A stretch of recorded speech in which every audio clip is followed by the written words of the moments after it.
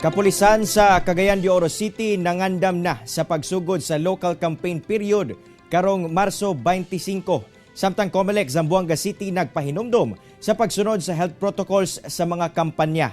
Ang detalye sa report ni James Paulo Yap. Andam na matud pa ang security plan sa Cagayan de Oro City Police Office alang sa pagsulod sa local campaign period karong March 25. Sa mga rallies, dunay naka-assign nga mga pulis nga magbantay. Sumala ni Police Major Evan Viñas, ang spokesperson sa Kokpo, nga wala matud pa sila na monitor nga hulga o plano nga samuko ng umaabot nga eleksyon.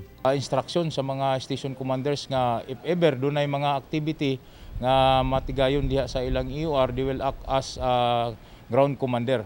So ang mga personnel na to hanay na hatag og seguridad sa mga activity, labi na gyud og dunay mga koordinasyon nga ipahigayon ang usa ka partido. Gihang iusab sa kapulisan ang mga kandidato nga kanunayon ang pagsunod sa mga patakaran sa COMELEC sa pagpangampanya aron mamintinar ang kahapsay ug kalinaw. They have to police their own nga kuan kay lagi naaman ta sa samaan ni nga election period. So ang kasiguruan ug ang safety sa tanan mao'y handom sa atong city director ug ang kinatibuk ang Cagayan de Oro City Police Office. Samtang sa Zamboanga City, giklaro sa COMELEC nga dili na kinahanglan ang permit sa mga kandidato alang sa ilang person-to-person nga kampanya. Apan pahinumdum sa COMELEC Zamboanga nga magpabilin gihapon nga sundon ang pagsuot og face mask ug social distancing. They can do any campaign, in-person campaign na gusto nila.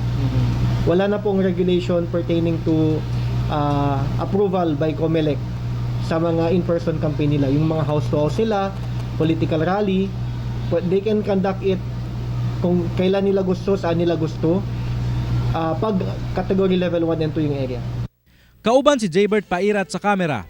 Ako si James Paulo Yap para sa One Mindanao.